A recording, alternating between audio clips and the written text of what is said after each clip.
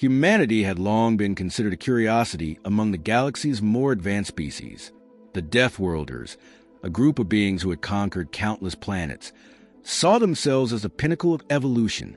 Their home worlds were hostile to life in every way imaginable. The terrain was jagged, with peaks of volcanic rock spewing fire into the sky. The atmosphere was thick with toxic gases, and the creatures that roamed these planets were as deadly as the land itself. Survival was an art form for them. To live, they had to be stronger, faster, and more cunning than any predator. Only the fiercest survived on these planets, and the Deathworlders had long since become masters of their environments.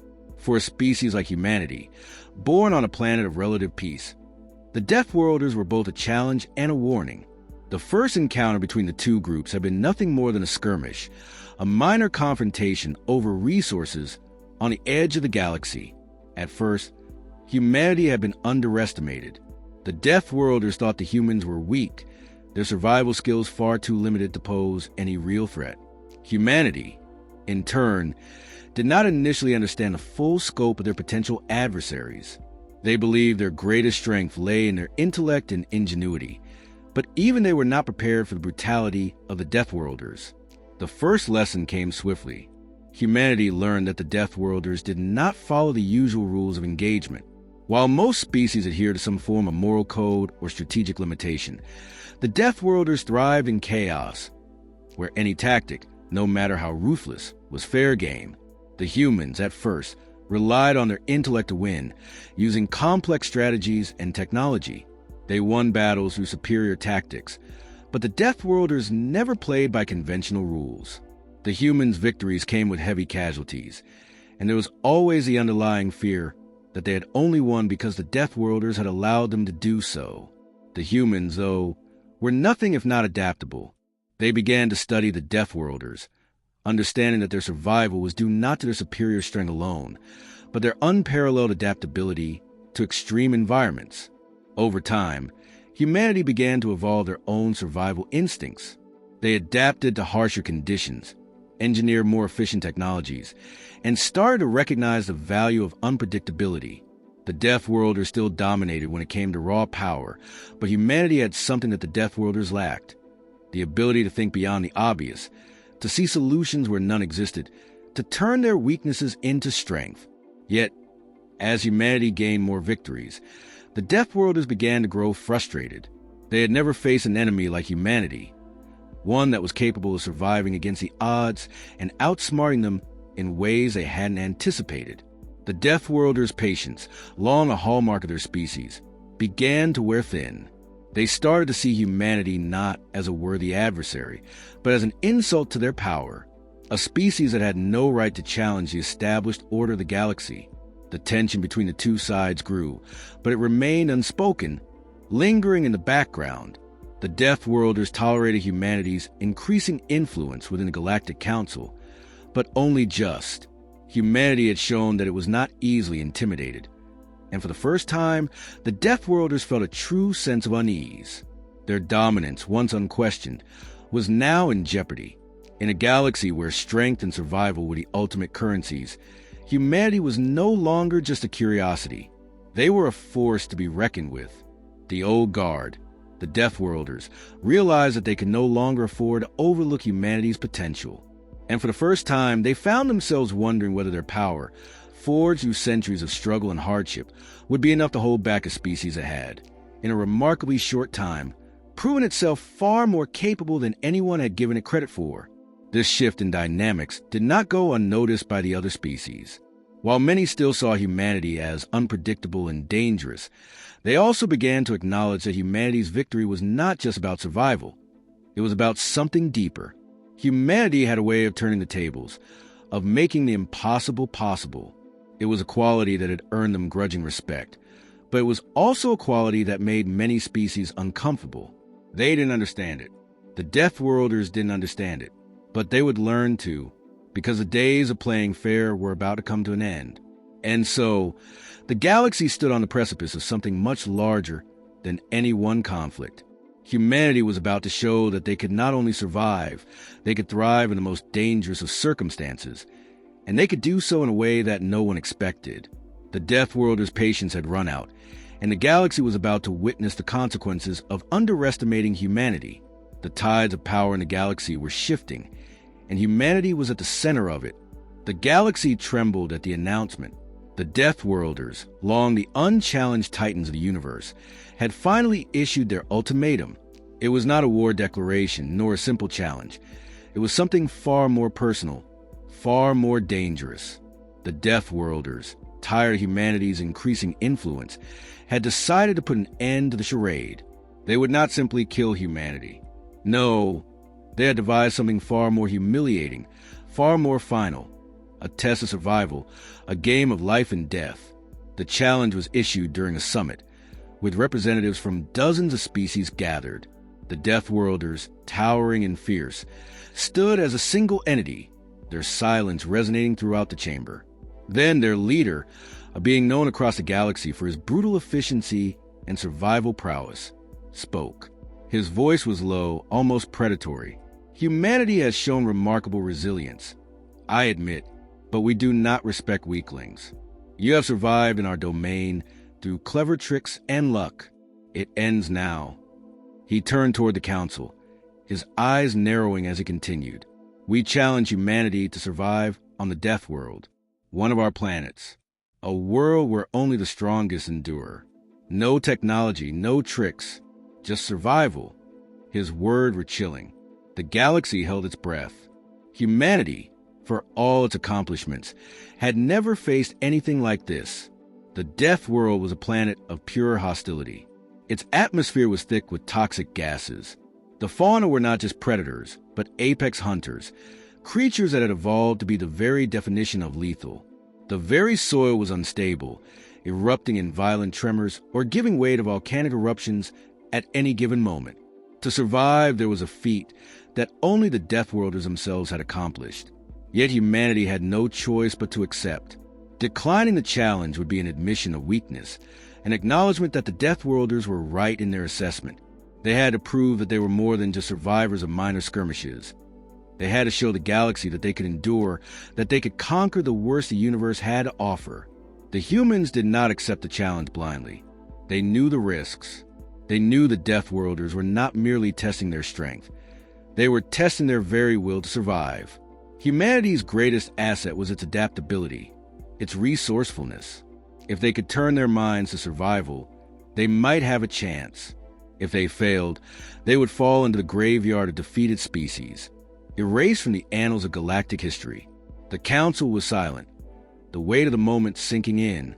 The Deathworlders had made their intentions clear, and now it was up to humanity to decide. When the leader of the human delegation stood, there was no hesitation in his voice.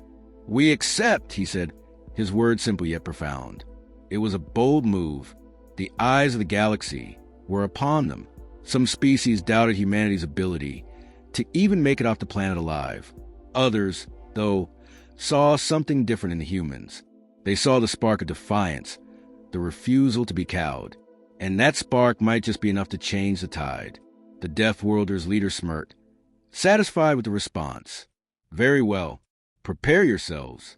When the game begins, there will be no mercy." As the humans readied themselves, the reality of what they were about to face began to set in. They had no experience with planets like the Death World. Their survival had always been in environments that, while harsh, were nowhere near the level of pure hostility the Death World would offer. The stakes were higher than ever. If they failed, it wouldn't just be their lives on the line. It would be their place in the galaxy, their future as a species. In the days leading up to the event, humanity's best minds came together to form a plan. They couldn't rely on conventional warfare or advanced technology. The Death World would not care for their tools, their weapons, their strategies.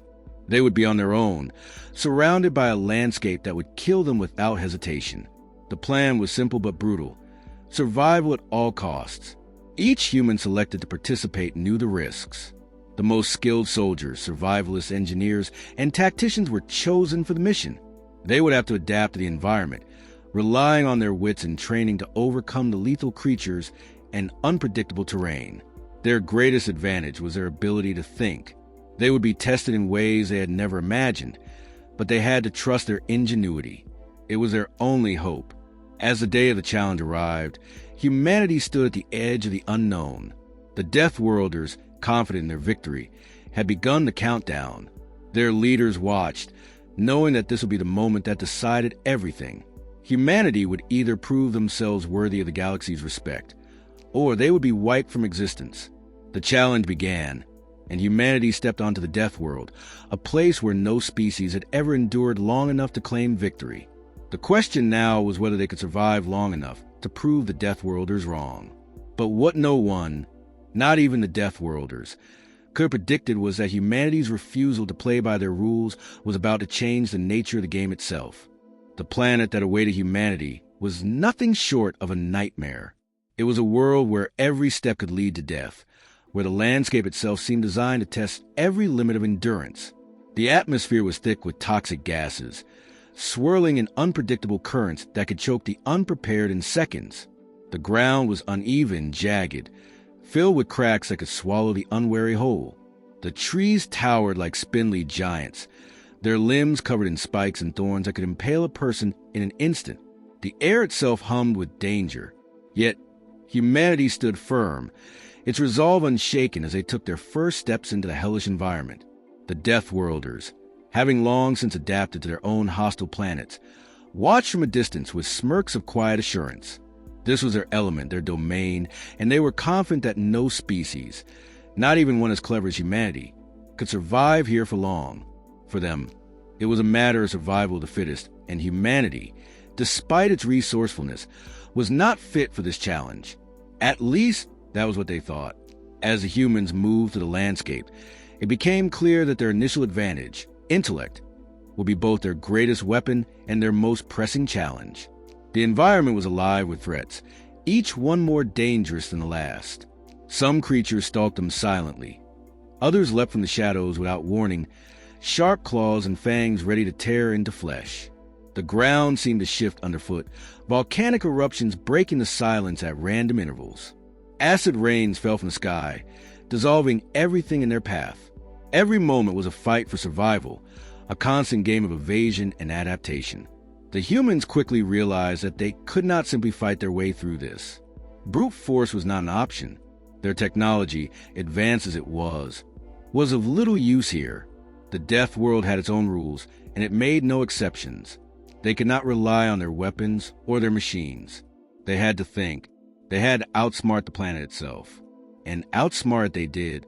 It began with simple survival strategies, taking shelter in the few safe spaces the Death World offered, using the natural environment to their advantage. The humans set traps, laying snares and using the terrain itself to funnel dangerous creatures into pits, where they could be contained or avoided. Their engineers quickly adapted their technology to the planet's harsh environment, constructing rudimentary shelters from the sparse resources available to them. They learned to use the flora and fauna for both sustenance and defense, crafting rudimentary weapons from the bones and scales of the creatures they had slain. Each step was a lesson in ingenuity, and humanity was learning faster than anyone could have anticipated. But the Deathworlders had not underestimated them entirely. They had known that humanity would adapt. What they hadn't counted on was just how quickly humanity would learn to manipulate the environment in ways that no one had expected. The Deathworlders themselves began to feel the pressure as they realized that the humans were not only surviving, they were thriving. The challenges became more severe as the days passed. The Deathworlder strategy was clear. They would keep the humans on a run, pushing them to the edge of exhaustion. But what they didn't anticipate was humanity's incredible stamina. Even as they endured the worst that the Death World had to offer, the humans kept moving, never pausing, always adapting, always learning.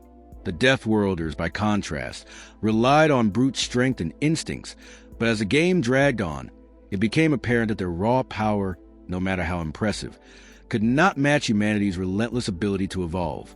They began to falter in the face of traps and strategies that they could not predict. Every time they thought they had humanity cornered, the humans would find a way out, using their intellect to turn the tables. Then, the unthinkable happened. The humans captured one of the Deathworlders' leaders, a prominent warrior known for his unmatched strength. It was a turning point in the challenge.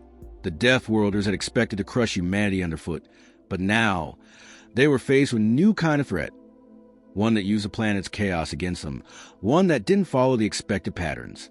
The captured leader was forced to face the reality that his species, despite their immense power, had underestimated the resilience and adaptability of humanity. With the leader in their hands, humanity found new leverage. They weren't just fighting for survival anymore. They were playing the Deathworlders game, but on their own terms. They were beginning to see the cracks in the Deathworlders strategy, the weaknesses that had been overlooked in their arrogance. Humanity was no longer just the underdog. They had become a force to be reckoned with. And that was the moment the Deathworlders realized they had made a grave mistake. They had expected humanity to break under pressure, to fall to the horrors of the Death World. But instead, humanity had done what it did best. It had learned, and in the process, they had turned the tables. The contest had stopped being a test of survival. It had become a battle of wills, a struggle for dominance where intelligence, not just strength, was a deciding factor, and humanity was winning. The stakes were higher now. The Deathworlders were no longer just worried about losing. They were worried about their very place in the galaxy. What if humanity's victory here wasn't just a fluke? What if this challenge, this game of survival, was the beginning of a new era? One where humanity, not the Deathworlders, was at the top of the food chain. The game was far from over, but the Deathworlders knew one thing for certain. Humanity was not to be underestimated. And in the end, it might be humanity's intellect, not their strength, that would carry them through. The final days on the Deathworld arrived with a sense of impending finality. The humans had survived against all odds, and now they were standing on the precipice of something far greater than anyone had anticipated. They had not only endured the horrors of the planet, but they had outwitted their would-be executioners, turning every lethal challenge into an opportunity to assert their dominance. The Deathworlders, once so sure of their victory, now found themselves caught in the shifting tides of fate, unsure of how to respond. Humanity's resilience had forced the Deathworlders to confront a brutal reality.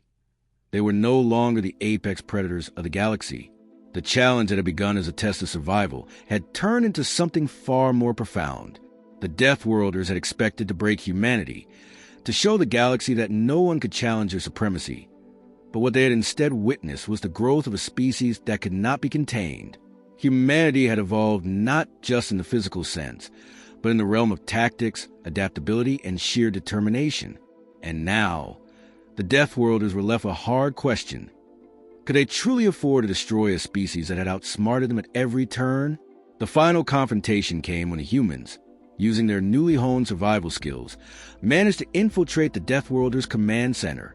They had turned their once miserable surroundings into a home, crafting weapons and tools that allowed them to launch a daring assault on the very heart of the Deathworlders' operations. What followed was an intense and rapid escalation of the conflict, one where the humans used every advantage they had gained to systematically dismantle the Deathworlders' plans. But the Deathworlders were not without their own strength. They retaliated swiftly, launching a series of traps and countermeasures designed to end the humans' progress. The final game had begun in earnest, and now it was a battle of not just survival, but complete annihilation. The planet trembled under the weight of their final contest, with each side locked in a struggle for dominance, each moment more desperate than the last. As the battle raged on, something changed in the humans. It was no longer just about winning.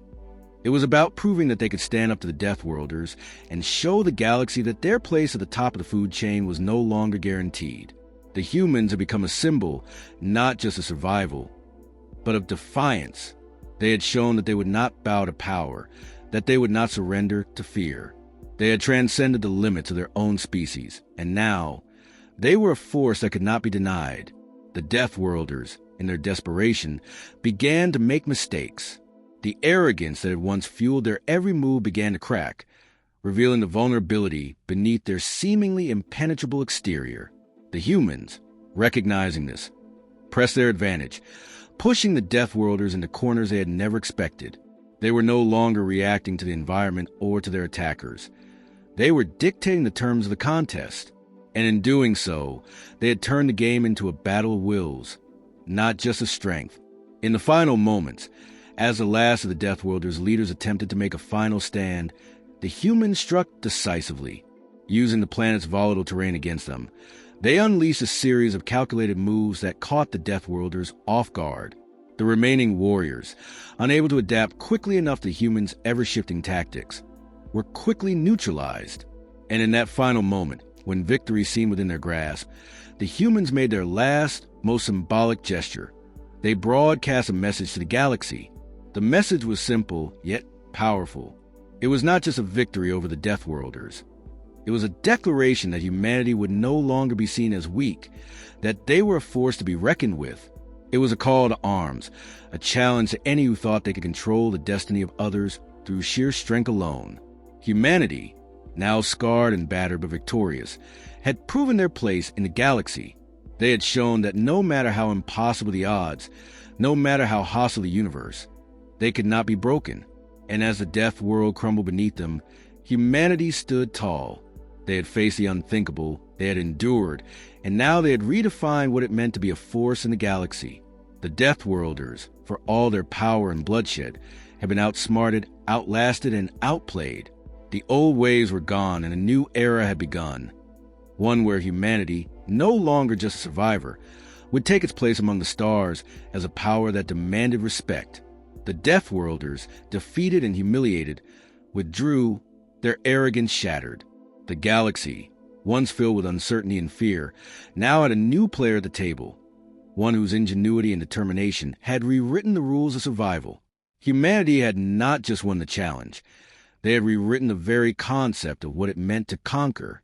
The universe had been shown that there was more than one way to survive, and sometimes the greatest strength lay in the ability to adapt and evolve. The legend of the day the Deathworlders stopped playing fair was born. It was a tale that every species would remember for eons to come, a reminder that, in the end, it was not power that defined a species, but the will to rise above the impossible. Humanity had proven that the galaxy could no longer ignore them. They had not only survived, they had won, and that victory would echo through the stars for generations.